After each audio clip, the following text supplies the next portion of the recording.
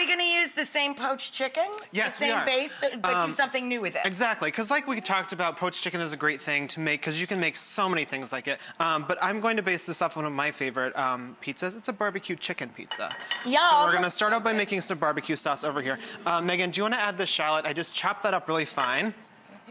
And I have some oil in here. Scoop it right on that thing. There you go. Scoop it right on that food mover and throw it in there.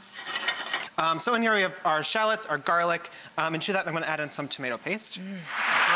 So to that onion and garlic, I just added in some paprika. It gives it that nice smokiness. A little bit of ketchup. Paprika, ketchup, vinegar, and light brown sugar. Those are your basic elements of any barbecue sauce. And that's all you need. Add in your poached chicken. So I have our 2 pitas. I'm actually using whole wheat pizza because I feel like once you cover it with everything, nobody's gonna know. The kids won't know what's coming. So a little bit of that yummy barbecue chicken goes on top.